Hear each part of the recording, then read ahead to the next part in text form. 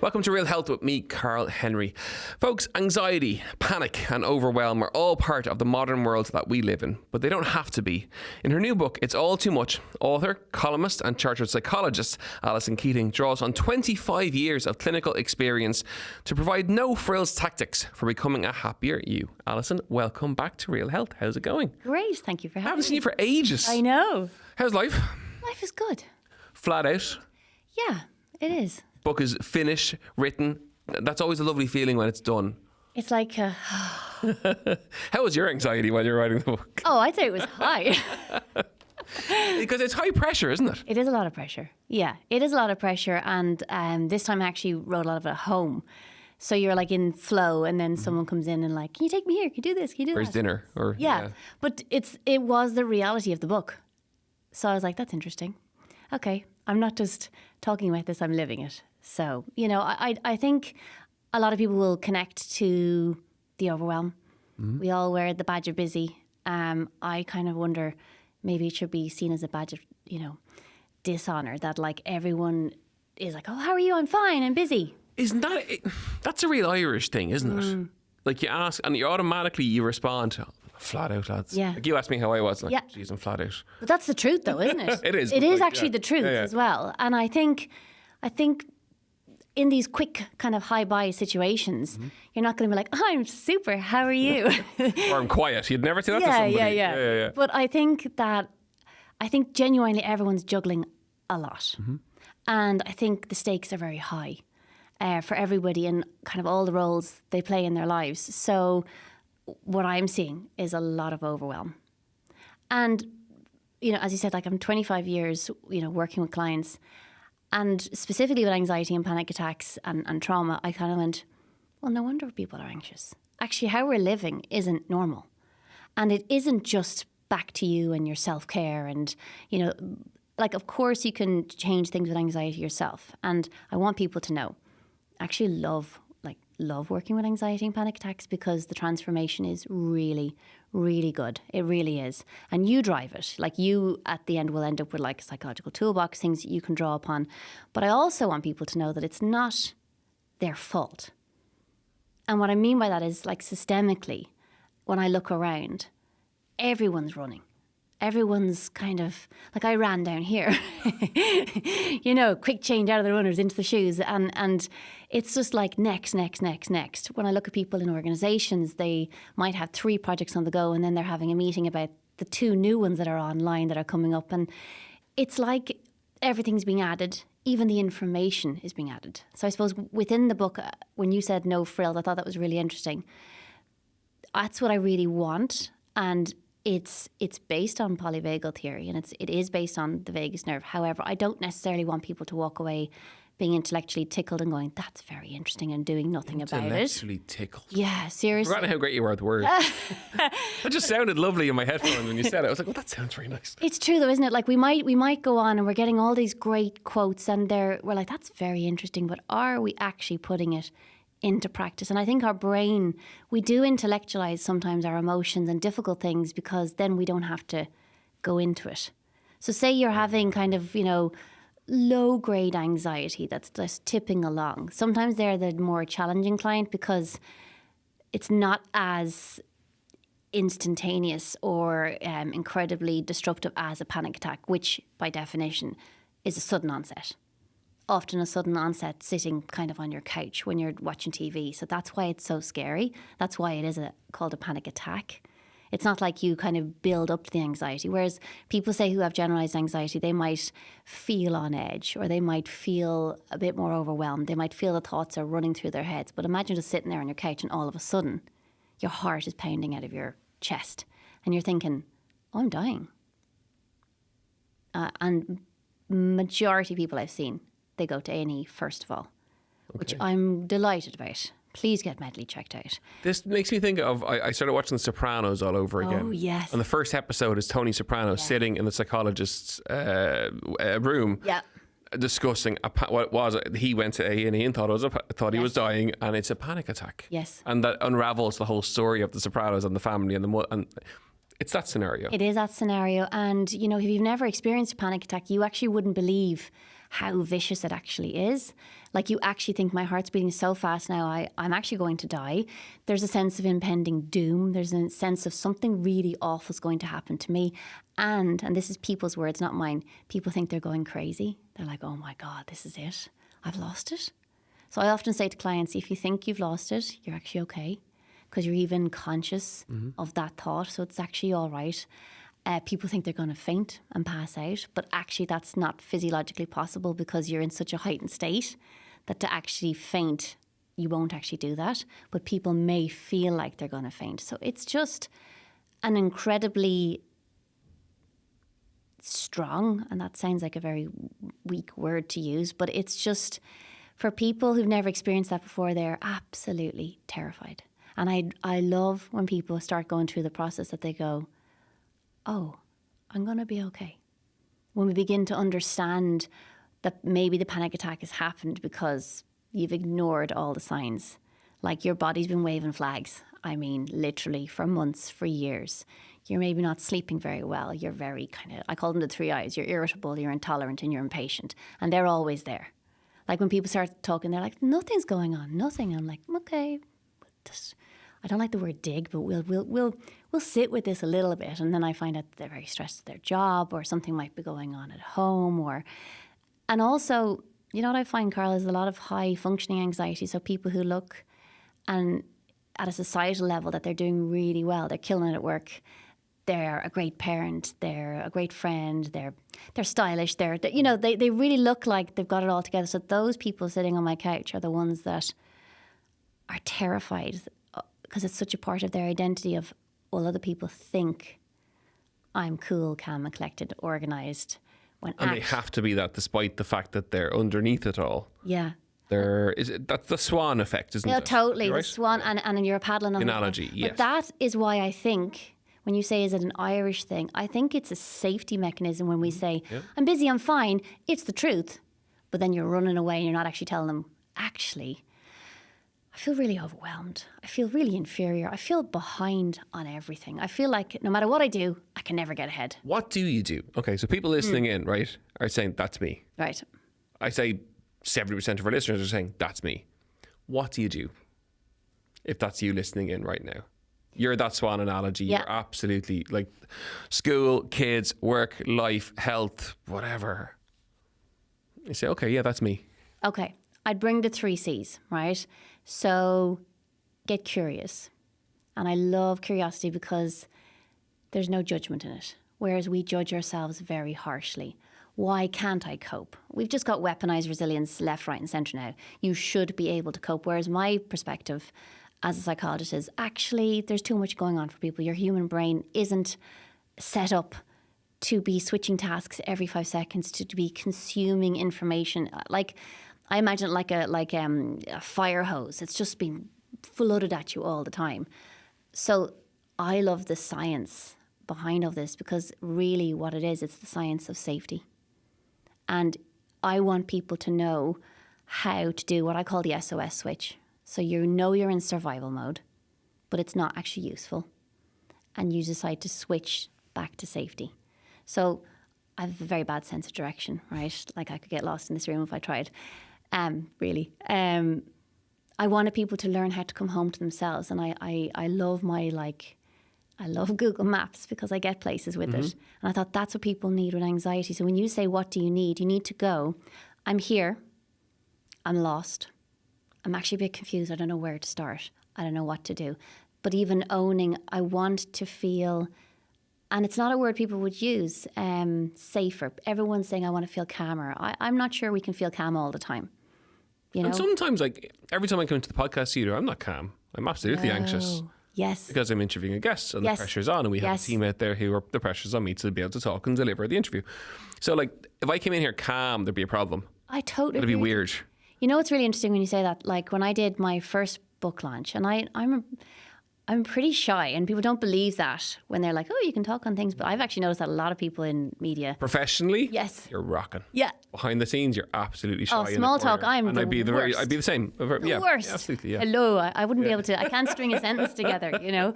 But I think if we just, as I said, recognise, okay, I've actually been feeling a bit anxious, a bit overwhelmed.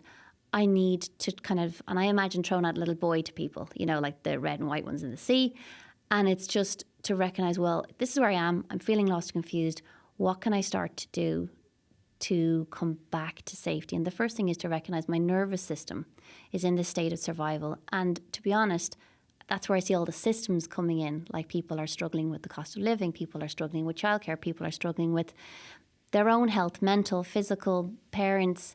There's so much going on, even the state of uncertainty in the world. And to be honest, when you ask about anxiety, it's always about uncertainty for the future. So I think when we look around... Which is an uncontrollable... It's a completely uncontrollable thing. Yeah. So when you look around the world that we're living in now, a lot of stuff feels on fire. So our nervous systems find it difficult to recognise when that email comes in and it says, urgent, ... that's not a reason to go into fight or flight. But most of us do. So it's this urgency culture. So I suppose what you can do, the first thing, is slow down. So then you bring it back to the 3 C's. You start being curious. Where am I overwhelmed? What actually overwhelms me? Who overwhelms me? Then you start bringing in a sense of challenge. And I love the word challenge because the funny thing with anxiety, sometimes it's when people are either overstretched or actually they're bored. So a lot of people might be in jobs they hate. There's no sense of meaning or purpose. And sometimes they're not doing things that they love. Like, I thought it was amazing the swim that you did. Like, what a challenge. And when I look at kids sometimes and I see the activities they do and we're developing them, we're doing things, art and singing and dancing and, fun stuff. A lot of adults don't do that. So a question you might be asked in therapy is like, did you have a happy childhood? But I actually want people to have a happy adulthood. And so few are doing that. They really are. They're surviving. They're surviving, So take away that sense of responsibility. It's my fault. Happy adulthood. That's lovely. Isn't it lovely? But how many, and I don't mean happy clappy. And it isn't Instagram happy now, which No. is amazing. you know It's what all wonderful and fabulous. And yeah. it's not that, but it's just a general at the end of the week, am I happy with things and how can I change things to be happier on the whole? Yeah. You're so right. And it's because I don't even believe people actually have a purely happy childhood either. I think that's completely unrealistic. And that'd be weird too, wouldn't Totally it? weird. So I'm squashing both of them and saying what I want, and actually that is the kind of the end line in the book, is that it's to go for the everyday joy of enough, because I think everything is too much. So sometimes it's not about doing more or being more, but kind of bringing it back down and finding those glimmers. So I'm sure you've heard of glimmers before, but glimmers they're the opposite of triggers. So we get triggered all day long in our relationships at work, and why did the boss say that to me, and why did she look at me like that? God, she must hate me. We get triggered all day long for lots of different reasons. Yeah. And they don't feel good. And is it fair to say, right, when we are anxious and a panic attack, obviously, when you're anxious, you're triggered quicker. The Yes. triggers are, something minor sets you off, because actually nothing to do with the comment. It's to do with the fact that you're just so anxious that it's triggering you because you're that wound up. Yeah, because your body is in a much more reactive state. And when you think about, if you go into that kind of fight or flight mode, it is an activating state to make you run away or fight. If you freeze, again, it seems like you're doing nothing, but that sense of kind of procrastination, you can get really down on yourself, like, oh my God, I know what I have to do.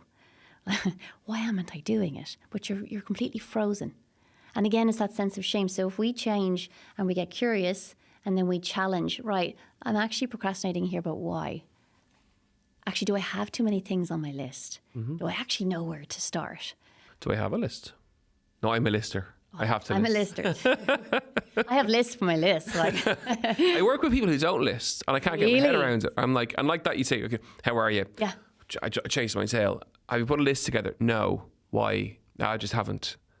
And that's a control thing, isn't it? At least that's how I view it. It's controlling your thoughts and putting them down on a page and saying, I know what I have to. And that regulates you a little bit, in theory. And then sometimes I make, I might do my big list, and then I will take the 3 to 4 things off that list, because my list might be mean. It might have 25 things on it. And then I go, that's not realistic.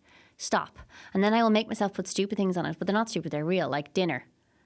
And that's important too, that you like, as opposed to beating yourself up over the amount of things on the list and that's sending you off into a spiral, you say, is that realistic? And you're like, no. Yeah. And then you take it out. Yeah. That for people that's important too, isn't it? They're being able to say to yourself, that's not realistic. It's not realistic to have 5 activities per child in the household, or it's not realistic to do whatever. But being able, that's a very important tool to be able to recognize that and be at peace with yourself when you admit it. Yeah, it's really interesting. So I don't love the word admit because, and I notice people say it all the time. And it's that sense of, I should be able to do this and I have to admit as if you've done something wrong. But I just think being kind of nearly emotionless about it and bringing that curiosity in and going, that's really funny that I think I can do this, but I actually can't. And you take all the emotion away, you take all the guilt out of it. Then you go, what is priority today? That one is due tomorrow. That's priority. Okay, so it's putting your focus on the things that actually need to be done. Yes. And then knowing that it can be a moving list as well. Like life doesn't just go all perfectly to plan. And I always think it's really interesting, like, you know, when you set up a plan, it always takes longer than you think. Everything does. So we get curious, we challenge the thoughts that we're actually having about it, and then we bring compassion in. And I think that's the bit that everybody's missing. It's this kind of stick mode that we go with ourselves all the time. And you know what? It won't change behavior whatsoever. And I'm sure you see it with weight loss all the time. If people are just like, oh my God, I feel so bad about myself, it doesn't motivate you to get out and walk. In fact, it does the opposite.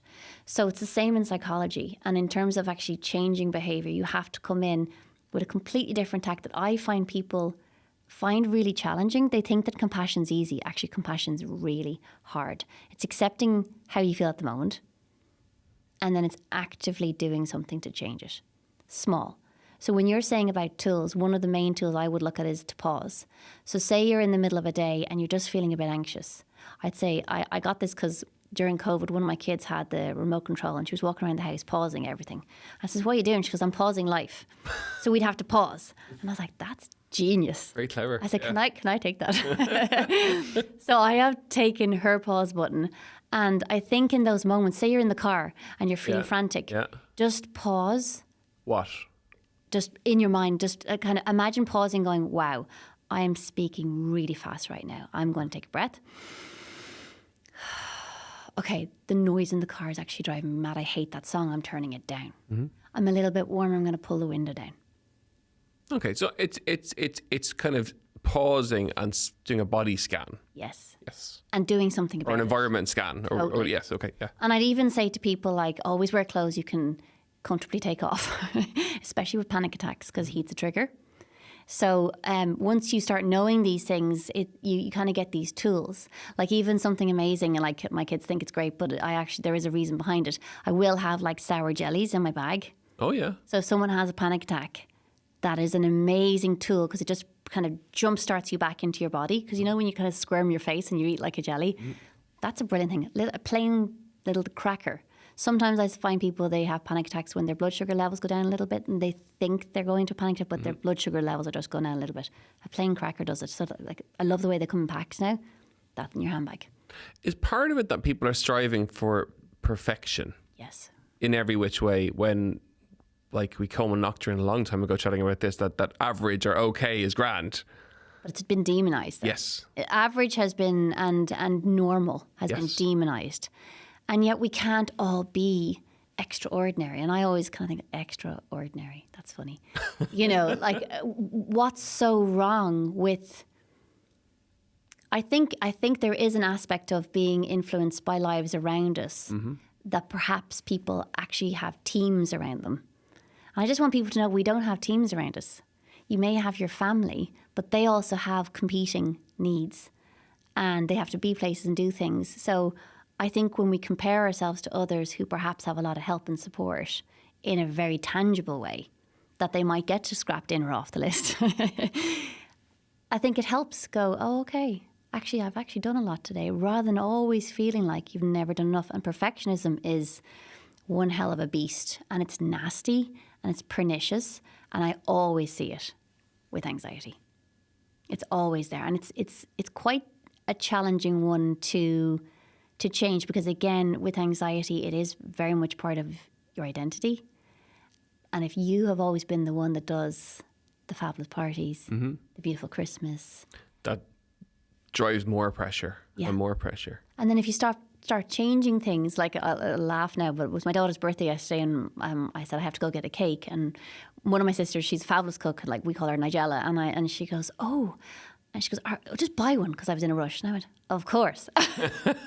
And we all laughed. I was like, you know me. I says, I'm buying a cake, but I says, but I even have to get to the shop to buy the cake. So it's knowing where you can cut corners, and with perfectionism, it's that your standards and expectations are through the roof. And not only they're not sustainable for you, they're not sustainable for the people around you either. And people will find that. You'll know if you're working for perfectionists, because nothing's ever good enough.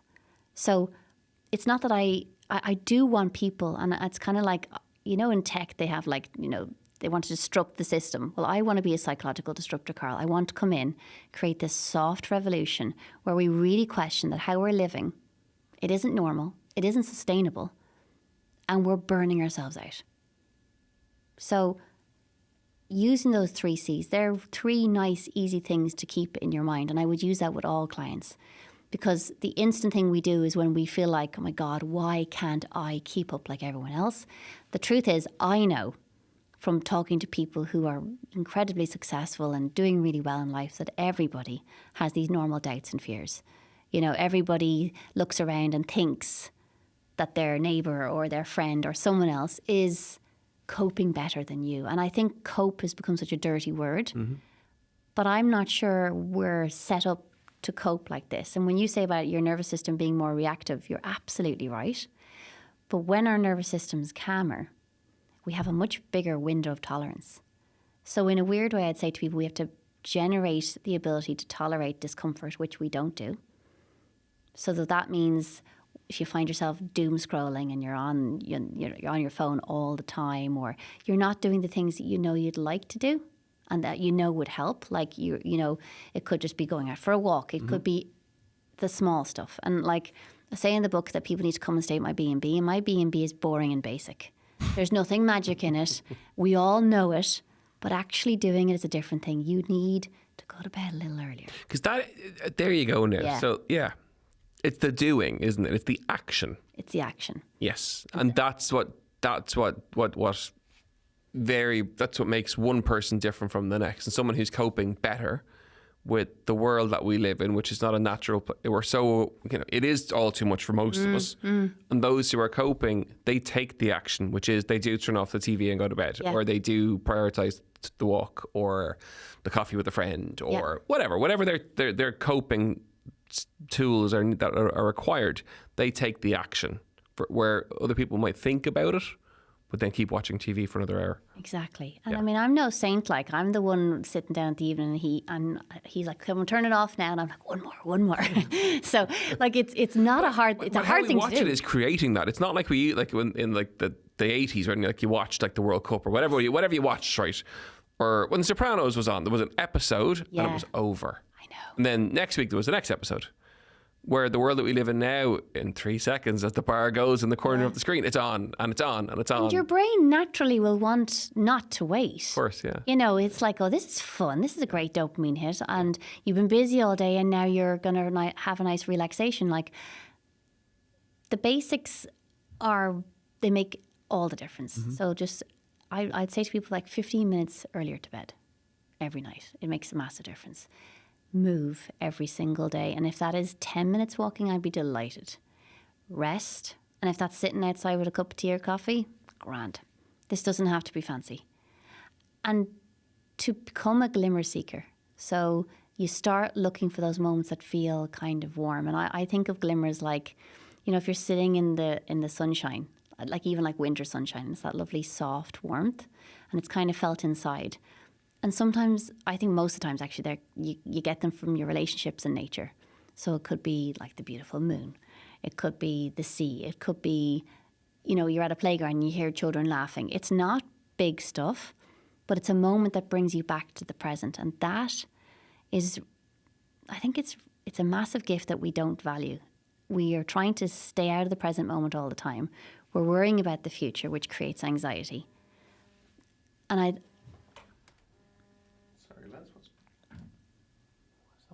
Sorry, it's my watch in my bag. Sorry, just go for that, the last bit again. So I think it's naturally we are drawn towards the future, but with fear, where we really struggle to be in the present moment. And a lot of people, like, when they come to me first and I say, well, what would you like? You know, how would you know this had worked when you're finished? And they're like, I just want to have peace. And I'm like and they're like, no thoughts. And I say to them, like, no thoughts is dead.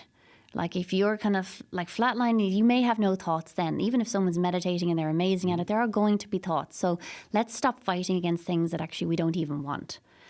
It's just to make a choice to do things that are actually hard in the moment, and to know that your brain will fight you tooth and nail. So you've got to have little tricks. You have to have the runners and the tracksuit at the end of the bed. And I'm like, I really mean that. Because every bit of you will get up in the morning and go, no, I won't do that. It's these small incremental changes that nearly trick your body into actually having it done. I suppose that's why I like kind of, people say, oh, you love to get up and exercise early in the morning. I said, I don't actually. But I won't do it at any other stage because the day just happens. So as we look around and what's considered normal, and you know, a lot of people say to me, like, oh, they feel bad that they're in therapy. And they're like, I shouldn't feel like this because a lot of their needs are looked after. But again, it's that harshness that doesn't let them be compassionate with themselves and recognize I'm actually having a really hard time. I'm never actually able to switch off. And when you were talking about the nervous system being more reactive, the goal is to kind of feel safer and to return home to your body. But if we're constantly consuming information, if we're not present with ourselves or anyone else, then we never actually sit with ourselves because actually we're scared. Like, if you're experiencing anxiety, sitting with yourself is a horrible experience. So I don't mean, that's why I kind of like the movement piece sometimes. I'm like, okay, if you don't want to sit down and do meditation, absolutely no problem, but maybe go for a mindful walk, 10 minutes, around the track, around, you know, wherever you live. If there's a forest, great. If you're near the sea, go somewhere in nature. That regulates your nervous system. So it all comes back to pausing. Yeah, that's what we're saying. It's pausing, it's relaxing. And when, like the title of the book says, it's all too much. Yeah. They're the key takeaways, that last couple of minutes that we chatted about, that people can make such a difference to how they're thinking. Yeah. The book is available nationwide. It's been great to have you back on. It's brilliant. Thank you. I've said so little because you're so brilliant, and your content is just there. It just comes out. But you know, it's the world that we live in is so full on. I think this book is really important. I think people have got that from the chat, and we're delighted that you came in. So Alison, thank you so much for taking the time. Folks, really, really hope you enjoyed today's episode of Real Health with me, Karl Henry. Pause. That's your homework over the course of the next 7 days. As ever, you know where we are, at Karl Henry PT on Instagram, realhealth@independent.ie, and on the Irish Independent website. We'll see you next week for more Real Health. So long, go.